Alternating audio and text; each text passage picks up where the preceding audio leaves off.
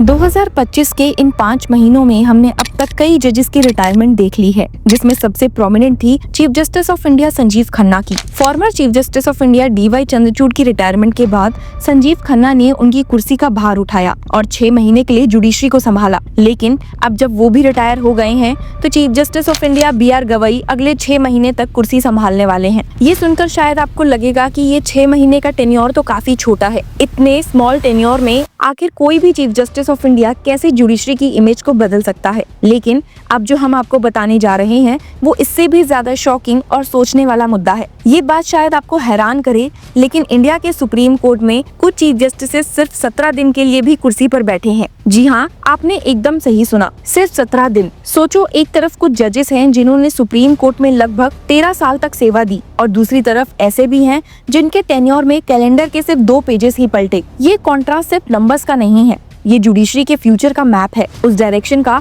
जहां एक जज अपना सिग्नेचर छोड़ता है या सिर्फ एक फ्लीटिंग फुटनोट बनकर रह जाता है। जस्टिस PN भागवती का नाम याद रखना चाहिए। उन्होंने जुलाई 1973 से दिसंबर 1986 तक 13 साल सुप्रीम कोर्ट में सेवा दी। उनकी लेगेसी काफी लेयर्ड है। उन्होंने ही PIL यानी कि पब्लिक इंटरेस्ट लिटिगेशन सिस्टम को शेप किया, जिसने आम आदमी को डायरेक्ट सुप्रीम कोर्ट तक ले जाने का रास्ता दिया। आज भी हर सिटीजन PIL के जरिए जस्टिस मांग सकता है। ये गिफ्ट उनकी ही देन है। लेकिन आयरनी देखिए कि यही जस्टिस भागवती इमरजेंसी के दौरान इनफेमस ADM जबलपुर केस में एक ऐसा जजमेंट देते हैं जहां उन्होंने कहा कि अगर फंडामेंटल राइट सस्पेंड हो गए तो कोर्ट्स कुछ नहीं कर सकती। उस वक्त उन्होंने स्टेट के पावर्स को सिटीजन के राइट्स के ऊपर रख दिया था। बाद में उन्होंने खुद बोला था कि I was wrong, that judgment should not have been delivered। एक तरफ वो जुडिशरी को जनता के करीब लाते हैं तो दूसरी तरफ उसी जनता के राइट से उन्हें टेम्परली वंचित कर देते हैं। ये था लॉन्ग टेन्योर का डबल एज स्वॉर्ड, जिसमें विजन भी होता है और कभी कभी विजन में ब्लर भी। अब दूसरी तरफ देखिए, जस्टिस कमल नारायण सिंह सिर्फ 17 दिन के लिए चीफ जस्टिस ऑफ इंडिया रहे, अक्टूबर 25, 1991 से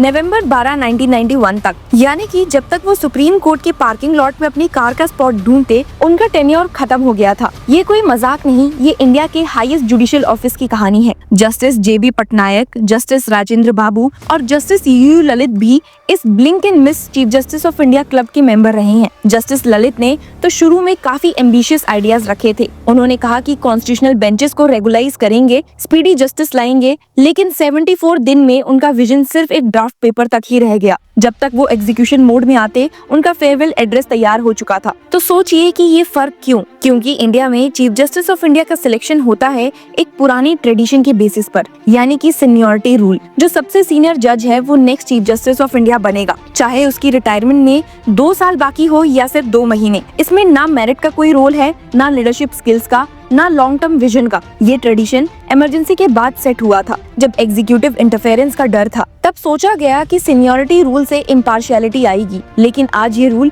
जुडिशरी को एक रोटेटिंग डोर में बदल रहा है, जहां हर 6 महीने में नए चीफ जस्टिस ऑफ इंडिया आते हैं, नए गोल्स के साथ, नई फाइल्स के साथ, और फिर रिटायर हो जाते हैं। क्या ये मॉडल सस्टेनेबल है? सोचिए, अगर एक चीफ जस्टिस ऑफ इंडिया के पास सिर्फ 60 या 80 दिन का टाइम हो, तो क्या वो इंस्टीट्यूशन को डीपली रिफॉर्म कर सकता है? क्या वो judicial infrastructure, pendency, lower judiciary के करप्शन और बार काउंसिल रिफॉर्म्स जैसे लॉन्ग टर्म इश्यूज पर काम कर सकता है? आंसर सिंपल है, नहीं। वो सिर्फ डे टू डे काम चलाएगा, सेरेमोनियल विजिट्स करेगा और फिर फोटो फ्रेम में कन्वर्ट हो जाएगा। Farmer chief justice of India justice DY Chandrachud एक एक्सेप्शन रहे हैं। उनका टेन्योर रिलेटिवली लंबा था, अक्टूबर 2022 से लेकर नवंबर 2024 तक। इस वजह से उन्होंने कुछ स्ट्रक्चरल रिफॉर्म्स शुरू भी किए, जैसे ई-कोर्ट्स, बेटर केस लिस्टिंग सिस्टम और जेंडर सेंसिटिविटी मॉड्यूल्स। लेकिन जैसे ही उनका टेन्योर खत्म हुआ, कुछ बातों का सिर्फ बातें ही रह जाना ऑलमोस्ट सर्टेन था। उनके बाद जस्टिस संजीव खन्ना आए, लेकिन उनका टेन्योर भी सिर्फ 6.5 महीने का था। फिर अब आए हैं जस्टिस BR गवई।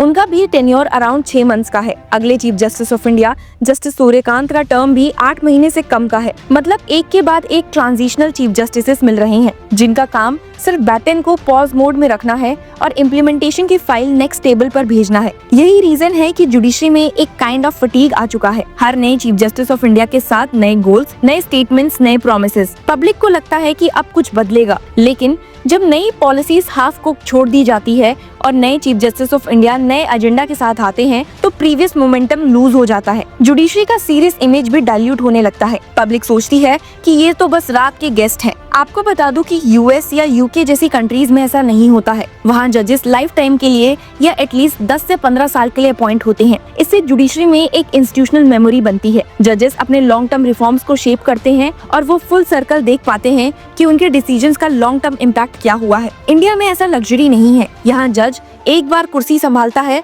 और दूसरी बार फेयरवेल स्पीच रिहर्स कर रहा होता है। ये इशू सिर्फ इमेज का नहीं है, ये जस्टिस डिलीवरी का कोर क्वेश्चन है। जब चीफ जस्टिस को पता होता है कि उसका टेन्योर सिर्फ कुछ महीने का है, तो वो रिफॉर्म्स के बजाय क्विक फिक्सेस पे ध्यान देता है। Speedy trial, fast listing, daily orders, ताकि एक अच्छा इंप्रेशन बन सके। लेकिन डीपर इश्यूज जैसे कि judicial accountability, corruption free appointments, lower judiciary modernisation untouch रह जाते हैं। तो सवाल ये है कि क्या हमें सीनियरिटी रूल रिकंसिडर करना चाहिए? क्या चीफ जस्टिस ऑफ इंडिया का मिनिमम 2 साल का फिक्स टर्म होना चाहिए? क्या एक इंडिपेंडेंट जुडिशियल कमीशन होनी चाहिए जो chief justice of India appoint करे based on merit, leadership, vision और इंटीग्रिटी, सिर्फ सीनियरिटी के बेसिस पर नहीं? ये अनकंफर्टेबल क्वेश्चंस हैं, लेकिन अर्जेंट भी है। जब तक ये क्वेश्चंस सीरियस लेवल पे नहीं उठेंगे, तब तक हम सिर्फ एक rotating chief justice of India circus का तमाशा देखते रहेंगे। अब आप खुद ही सोचिए, अगर सेम मॉडल प्राइम मिनिस्टर या प्रेसिडेंट के लिए हो कि हर 6 महीने में नए प्राइम मिनिस्टर, नई प्रायोरिटीज, नए स्लोगन्स, तो क्या आपको लगता है कि गवर्नेंस का कोई सेंस बनेगा? जुडिशरी को भी एक विजनरी हेड चाहिए जो एटलीस्ट 2-3 साल सिस्टम में हो, ताकि वो अपना विजन एग्जीक्यूट कर सके। बिना लीडरशिप के कोई भी इंस्टीट्यूशन डायरेक्शनलेस हो जाता है और अनफॉर्चुनेटली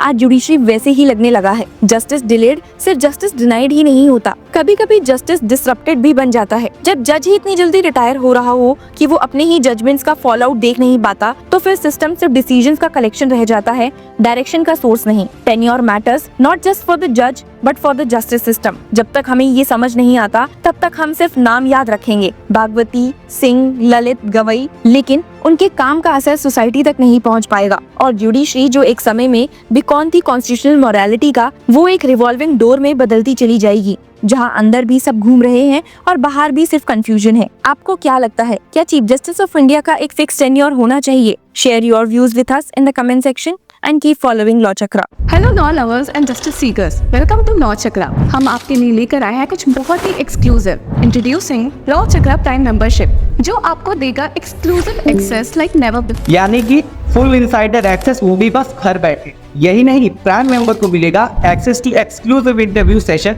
विथ रिनाउंड जजेस, लीगल एक्सपर्ट्स एंड लॉयर्स। ऐसे इनसाइट्स जो आपको कहीं और नहीं मिले। इसी के साथ अगर आप कभी सोचे कि हम कैसे लेकर आते हैं आपके लिए ये लीगल अपडेट्स, तो इसके लिए भी प्राइम मेंबर्स के लिए है हमारे पास एक special sneak peek behind the scenes of law chakra. Brainstorming session से लेकर ब्लूपर्स तक सब कुछ।